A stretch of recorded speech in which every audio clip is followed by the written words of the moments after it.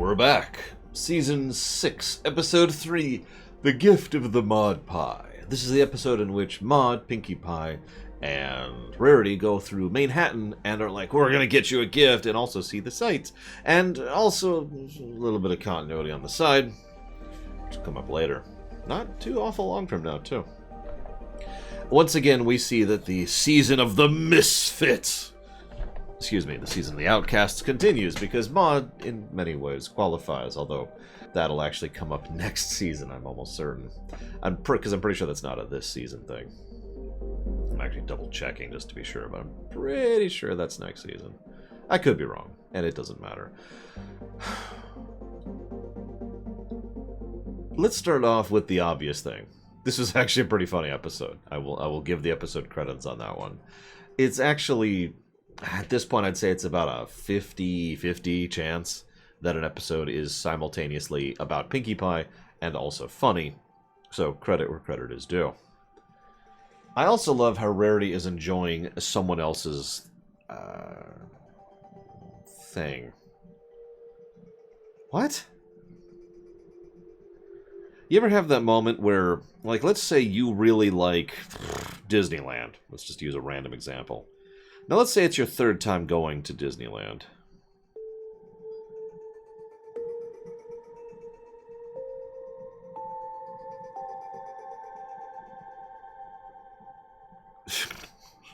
Sorry. Let's say you've been to Disneyland a few times, and you're on, like, your third trip. But now you're taking your friend who's never been, and they're just excited as you were the first time. Because that's how Rarity comes across here in the beginning. I don't know what to call that. Like, you're enjoying that they're enjoying it, and you enjoy, pretending that you're just kind of aloof, like, oh, yes, I'm above it all. But secretly you're just as excited. I've actually been there myself a few times. I can't be the only one.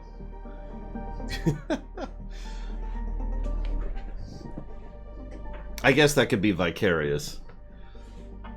But, I don't know. It's an amusing little thing. And of course, as soon as they actually get in range of the city, she is similarly like, yes, so. Then Mod shows up, continues to be amazing.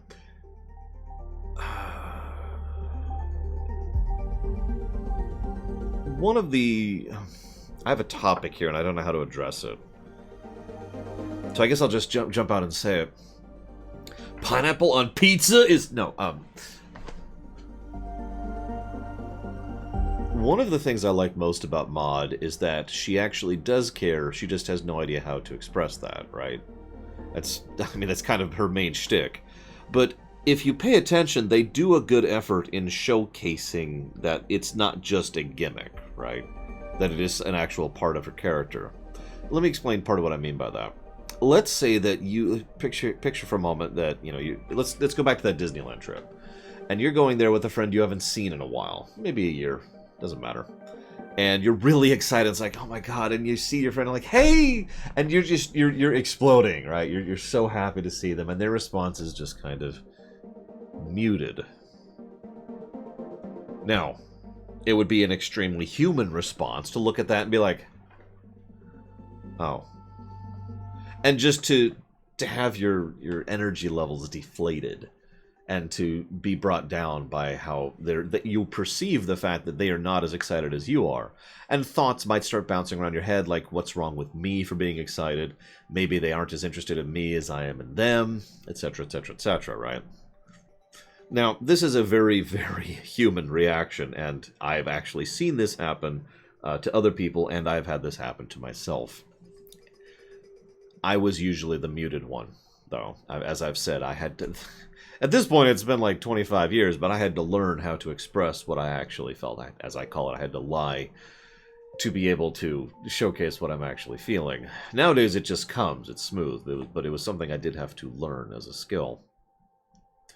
I bring this up, though, because one of the interesting things, and one of the things they do best with Mod, is they do show through action how interested she is, because she still goes out of her way to go to a different location every year to spend an entire day with them, regardless of the fact that they're in the middle of their doctorate, and otherwise are going to a place they probably don't want to go in general, just to exchange gifts and spend time with their sister. Even if the entire time the person is just walking along like an Elcor, that shows how much they care, right? Well, wrong, because unfortunately human relations are far more complex than that. In fact, if Pinky didn't know her, it would be very human for Pinky to presume that she resented her. You know, that's dragging me to this place. I just wanted to comment on that because, again, this is something I've perceived multiple times, personally as well as in person. So I hate to call Pinky out like this, but I'm surprised she didn't think this whole gift thing out in advance. And then I started thinking about it. Yeah, exactly, Lord Harriman. So maybe this just speaks ill of me, and maybe I'm terrible. I'm kind of in the similar boat. I don't hate hugging. I'm just really picky about it. Like, I'll hug my niece.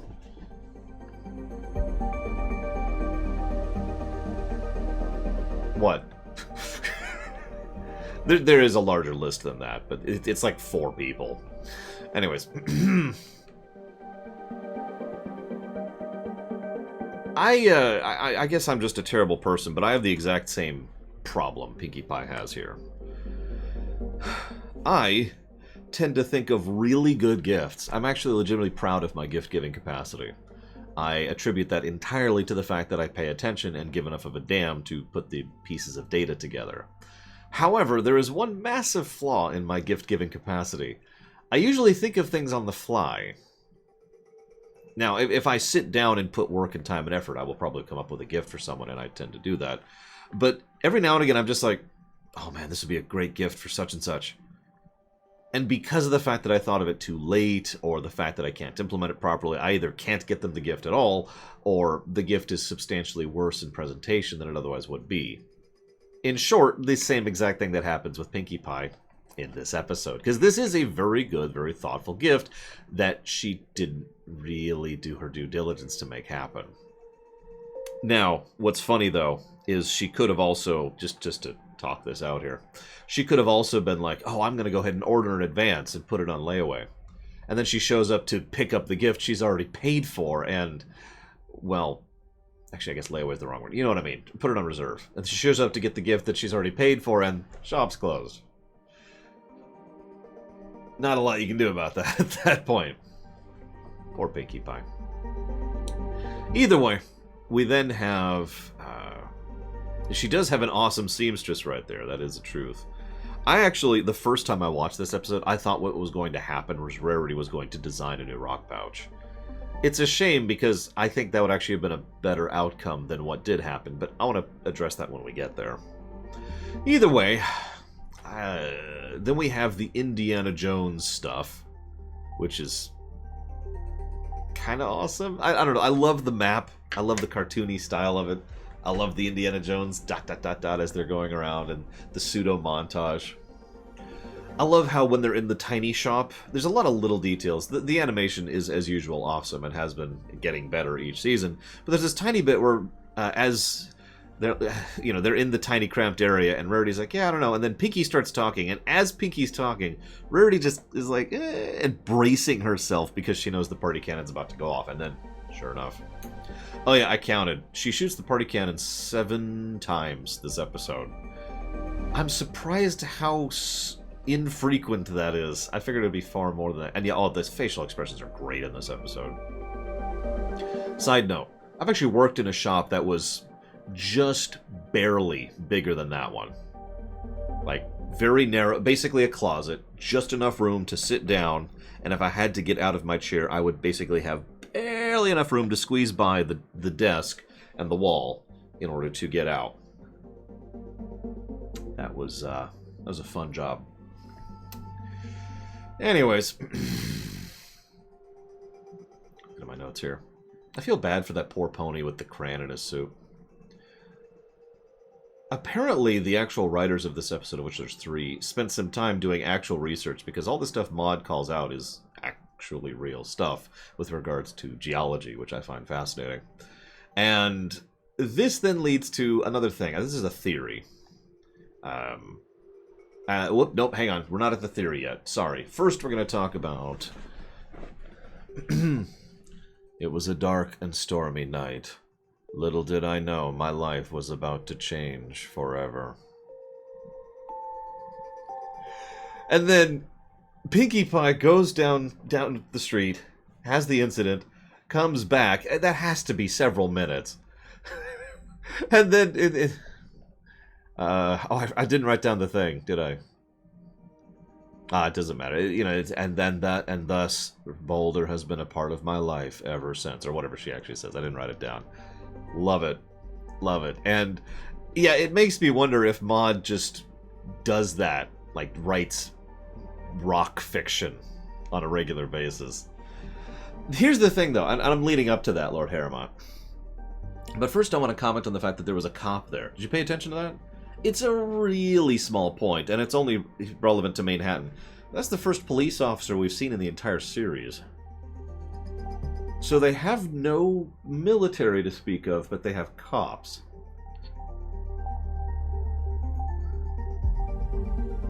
Now, I was actually thinking about that, and I could unpack that into one of those 5-hour topics. I've decided not to.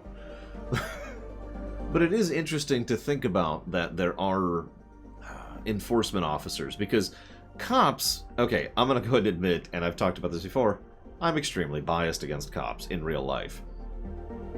Ironically, in fiction, cops are usually incredibly corrupt as well. See GTA for a perfect example of that. However, it is worth noting that cops are not automatically bad, just like military is not automatically bad. And Equestria should totally have a military. Because cops do plenty of things that have nothing to do with criminals or hurting people or anything like that, right? You know, performing actual public service, assisting in organizing with regards to traffic or with regards to helping people out who aren't sure where to go, or maybe someone's wheel has broken down and they're there to help assist or block off. One of the most common things I see real-life cops do nowadays is they're there to cover and support the community. It's a great way to put it. Cover and organize around traffic incidents. Not to hurt anyone, not to arrest anyone, just to make sure that the debris is taken care of and the traffic can still keep flowing, and the people in question are it's okay, let's talk this out, let's make sure that the right medical people are called, let's make sure the right mechanical people are called. Actually doing their friggin' jobs. So, I just wanted to comment on that very briefly, because it just struck me, and literally this morning I got a comment on one of these videos saying that I have an extremist agenda, slight exaggeration, sorry, that I have an agenda bias, let's actually say the actual words there, towards what I can only presume is right-wing. I'm not actually sure, because of the fact that I keep insisting that Equestria should have a military, which they should. It's okay, I say that in Star Trek too, but that's okay because Starfleet is a military.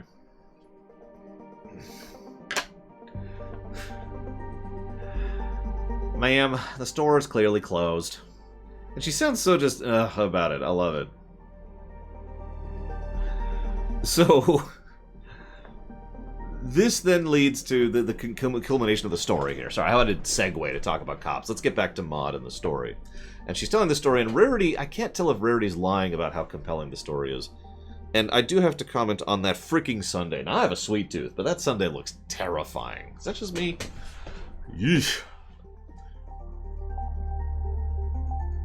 So how many of you think Maud was completely in on it basically the entire time with regards to the rock pouch?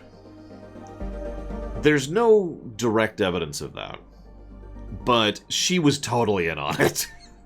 Ignoring the fact that she's not blind, dumb, or deaf, there's also the fact that Pinkie Pie and Rarity are terrible liars and have the subtlety of a boulder. There's also one other thing. I never caught this before. Later on, she's like, Boulder. Oh, there you are. I sure wish I had something to carry you in. Oh, come on. Totally in on it. And I just wanted to comment on that, because that just sounds like the thing that she would absolutely do, right?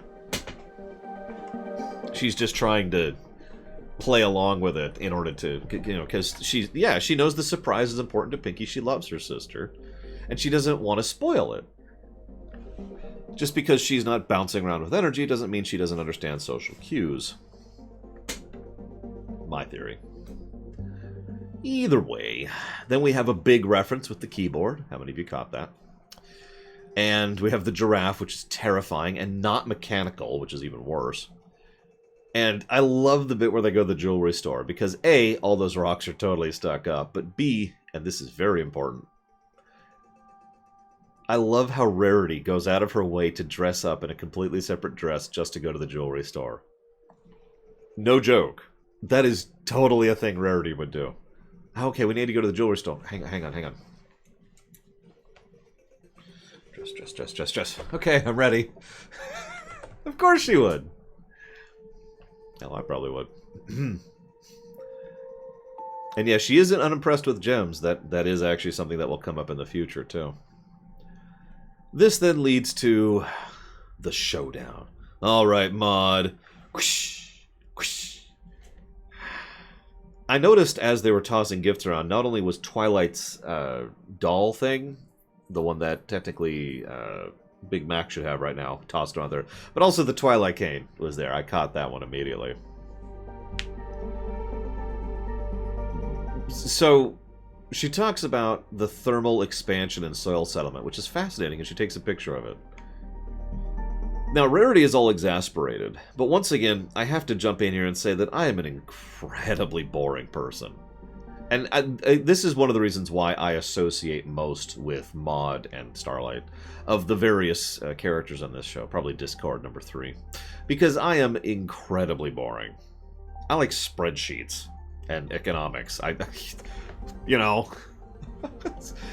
But yeah, it's so easy to understand too, and again, that's one of the reasons I like it. We all have the things that we're into.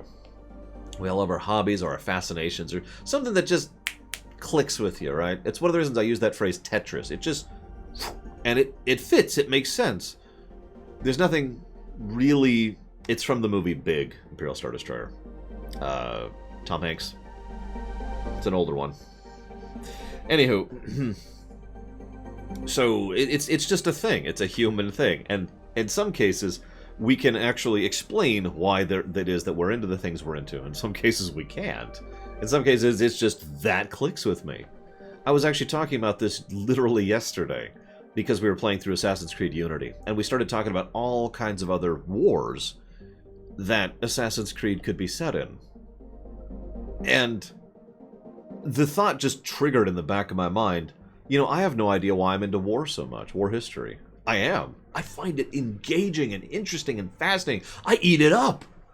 It's pure cake. Nom, nom, nom, nom. I could sit and just learn about the history of warfare for hours and never get bored. But I couldn't tell you why. I couldn't actually tell you why. Because I am not stupid enough to not know, I think I had enough proper negatives in there, that war is terrifying and awful, and the actual conditions and reality of it was one of the most disgusting and unpleasant things that has ever been invented in human society.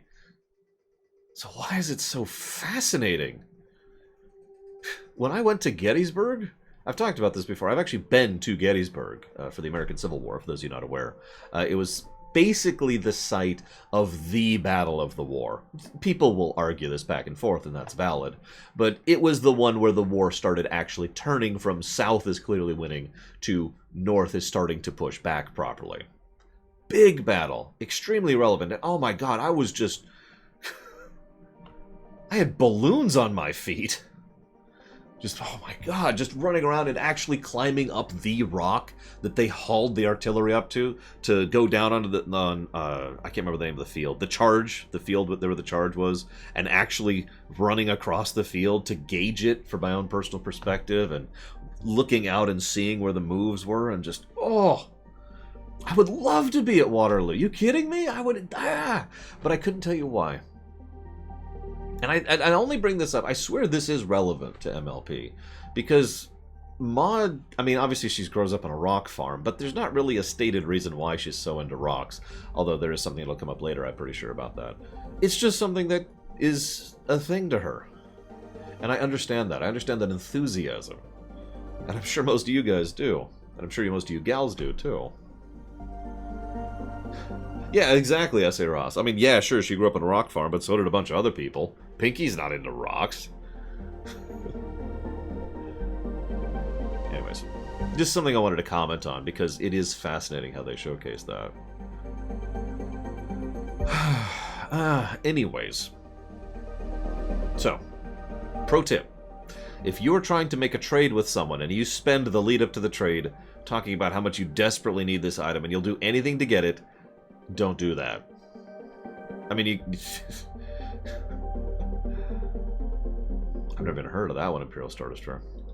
It's not a good economic position, even if the other person is not, you know, evil and trying to misuse or abuse that your trust and your desire for that item, and instead just, you know, be like, hey, don't do that.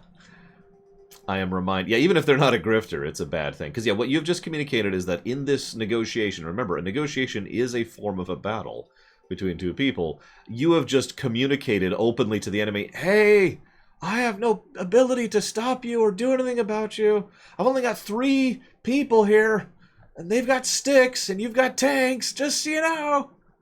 Don't do that. And this guy even has a sleazy cold tooth, because of course he does.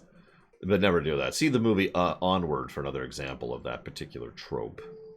But that's also true in real life. So I have to admit, I love how Rarity keeps coming up with stupider and stupider excuses to get privacy. First, they just chat. Then, oh, you need to wash your hooves. Then, oh, give me a giant sundae that's 5 feet tall. Then, oh, you just step back. Just a little bit back. Now 20 yards back. Keep going, keep going. Like I said, this episode actually made me laugh more than I thought it would. Which is pretty rare. No pun intended. We found your new holiday card. I love how Rarity's into this, by the way. I mean, of course she is. That's the kind of thing Rarity would be into. She loves the drama of it. Not drama. Different thing. Just drama. But, I mean, Tabitha's just... yeah, generosity, caring about others, duh. But I also have to admit, I loved her Daffy Duck impression. I'm sorry, I mean her Pinkie Pie impression. Pinkie is really upset over this, but what I love about it is that Pinkie... at Tabitha St. Germain is amazing. Fresh reminder. Pinkie Pie... she's very despondent, is the word I would use. But when actually called to task over it, she says, it's okay. She's going to like it, and it's going to be awesome, and I'm going to be really happy about that. Because remember, cost only matters in relation to value. What I mean by that is, it could be summarized by the phrase, worth it. If you had to plunk down 8,000 euros right now for something, and I don't know what, and you don't have to tell me, but something that's extremely worth it to you, you probably wouldn't be thinking, oh my god, that's so much money. You'd be thinking, oh, worth it.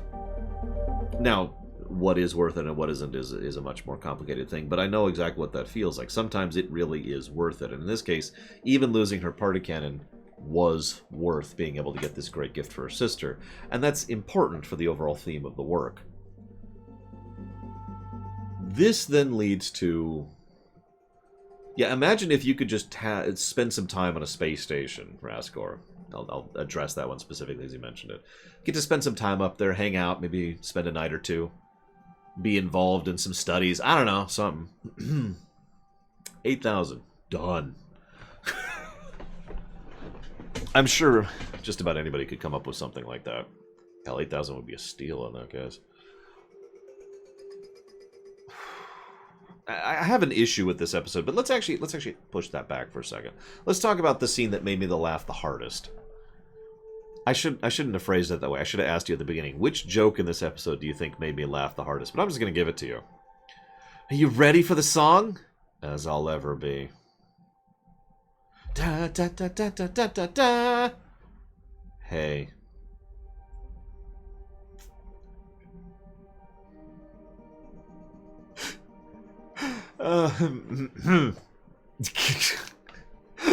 It's just... I'm sorry. Perfect juxtaposition there. But the best part is Maud, and credit to the voice actress, she actually does know how to vary her tone. It's harder to do the Geralt thing than it sounds. It's one of the reasons why, in my opinion, the guy who voiced Geralt, can't remember his name right now, only actually got good at voicing Geralt by the 3rd game. Because it's hard to do that, to put inflection into a tone that's supposed to be mostly gravelly and bass, right? not really varying in its overall actual tonality for the most part, just maintaining the same unending kind of beat over and over. It's hard. Yeah, it's exactly why it's so hard to play a Vulcan, which is something I've talked about a lot too. So she does a good job with it. She does a good job with it. How did Pinkie Pie get wrapping paper with Maud's face on it? Anyways. Thanks. And then Pinkie Pie explodes. Oh, look how happy she is. Meanwhile, Maud got her confetti. I mean, it is cupcake scented. What do cupcakes smell like? Either way. I wonder what it's like to be that easy to please. Yeah, it's the literal gift of the Magi. Ha ha ha. This is when the voice actress really does a good job. Because there's this bit where Rarity accidentally spills the beans. And Maud says, "What?" And there's just a slight variance on how she says it. But it's completely different than she's been voicing most of her normal things. And, again, that nuance I was talking about, that Vulcan thing. Because there is a demonstrable change in her demeanor as a consequence of this. And you could tell how much of a deal this is. Because even Maud is reacting to this. And so we see the super speed. Not for the first time. Oh, and Maud apparently has a freaking radar. No, she flat out says she has Maud sense, which, of course, immediately makes me wonder, how does Maud sense work? We know how Pinky sense works. Hope we see that in the future. Super speed again. Slight voice change again. I would like to return this. Please. Oh, huge credit. I wonder how many takes they had to do to just get that perfect nuance there. I also absolutely love how Rarity just buys into it. She's basically a wing pony here. You know. Oh my god, no! Did you see her clench her jaw? You don't want to know what happens after she clenches her jaw! she does this great job of building it up, and the guy just, of course, freaks out. I also find myself wondering if the cannon itself is custom. Like, actually custom. Like, you can't just buy a cannon for that. Food for thought.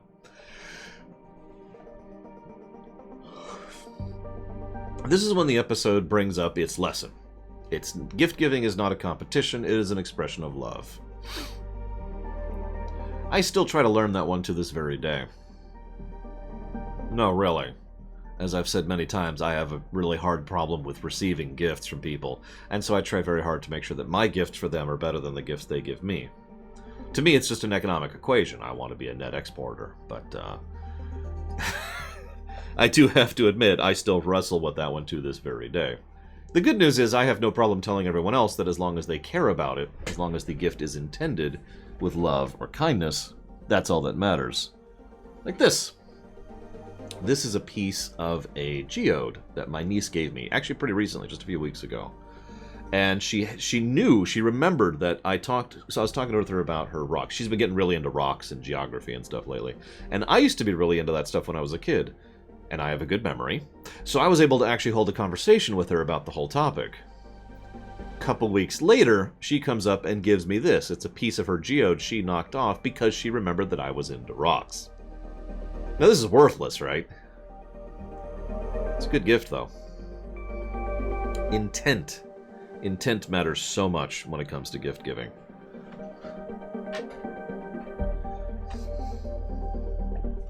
That's a good lesson. That is a damned good lesson. This leads me to... Also, you notice the hoof washing thing was... This gives me the only complaint I have about the episode. Actually, let's finish talking about the episode real quick, because I have one last note here. Rarity also gives them a gift, if you caught that. They are the first friends that get to see her new boutique, Rarity for You, which is kind of an honor in its own right. And it is a good spot, and we will see it in the future.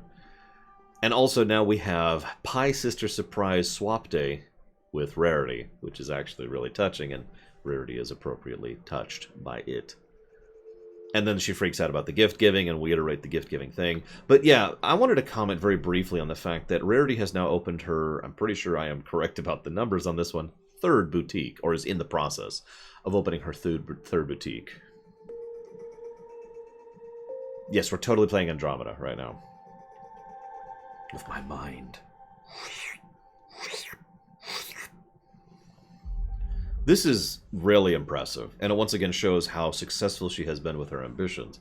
It's a minor thing, but the fact that she can open not only a third boutique in general, but a third boutique in freaking Manhattan, she's doing very well for herself. She is very successful. And that's damned impressive. I just wanted to comment on that briefly, and of course we'll be seeing it. I'm pretty sure that's this season where it'll come up. Let me double check here. Yep, there it is, Saddle Row and Wreck. Or whatever that's called. It's called something other than that, I remember that, because I ran into that problem. So, let me give across my complaints. Saddle Row Review, that's it. Yeah, for some reason, in the list, it's literally called Saddle Row and REC. I remember that because I was setting up the thumbnails, and I was like, that doesn't look like that's the name of that episode, and I had to cross-check it with something else. Anyways. I wish she hadn't gotten her party cannon back. Or, I wish she hadn't traded away the party cannon to begin with. As we've already mentioned, Rarity is right there. And pulling Rarity into the gift-giving thing and having this be a gift from both of them would actually, in my opinion, fit the overall motif better than I traded away my cannon and you had to get it back. Now, we would lose the several aspects of the episode as a consequence of that, and frankly, that would completely restructure the whole episode. Because so many scenes wouldn't happen the way they did, because it would all be about Rarity trying to get the materials and time necessary to sew the thing, rather than, you know, actually being able to figure out which gift she wants and trying to... It's a damn shame, though, because I think that would work a lot better for the overall message, that the intent of the gift, the love of the gift, is more important than the gift itself. You could have even had a thing where maybe Rarity just isn't able to finish it in time. Or maybe she didn't have the materials, like they weren't available. Maybe instead of, you know, maybe it's like, I can actually picture a thing where it's like, this episode's closed too? Or not this episode. This shop's closed too? It's the only shop that sells whatever thread it is that she needs for that. And so they're just... And then Lord Harrowmont is off to eat food. See you around, Lord Harrowmont. We could also have Rarity do it in secret. Basically, I think we could restructure the episode to make that work. And it is a minor fix. It's a minor nit. But I think it would actually work a lot better from an emotional beat. Especially since it would directly tie Rarity into the gift-giving. I mean, something they already kind of do. But it would literally tie her in. She is actually now part of the gift process, rather than just trying to cover for Pinky, you know. And Pinky loses her cannon forever. There we go. I would be okay with that, but then again, I'm okay with long-term permanent changes to characters. What the hell do I know? I think that's it. 7 times they shut off the party again. We do have... That's true, there is that cannon in Twilight's Castle they never actually found. No want-wants, no Rarity crushes, no books, but I do think... Let's just give a generic continuity counter for this one. Just the one. There's a lot of things in this episode that are continuity, but by the way I define it, the whole episode as a whole is kind of a continuity counter. Wow, this is really out of date. This is actually up to here. Anything else out of date? Nope, that's it. Weird. Okay, whatever. It's up to date now. Final score is 0 out of... What color do you think, guys? Yeah, exactly, Rascor. It's not a specific point of, hey, it's more like, Honestly, I'm leaning towards red, which is impressive. This would mean this is yet another red episode from Josh Haber, which his track record is really solid so far. And this is our first episode from Michael P. Fox and Will Fox. I have no idea who those people are. We have several people who have only done one episode in this show, including Lauren Faust. I mean, I'm down for red. I think red suits this quite well. So much so that I'm just going to commit to that.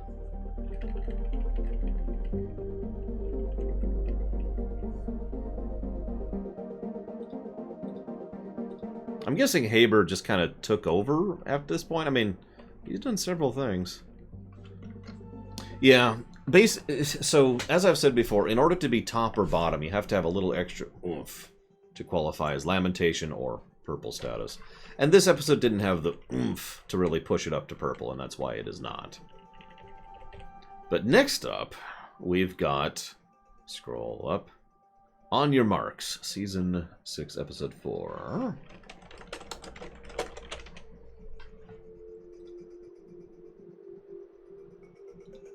I mean, that's not true, S.A. Ross, but you can think that if you want to. I'm not going to prevent you from it. Purple's highest because I needed another color for the top color, and I happen to like purple. If I was to pick for my favorite colors, it would be white, which doesn't work on a spreadsheet, so practicality. This one is by Polsky. I haven't seen him in a bit. Where is it? Yeah, we haven't seen him since mid-season 5.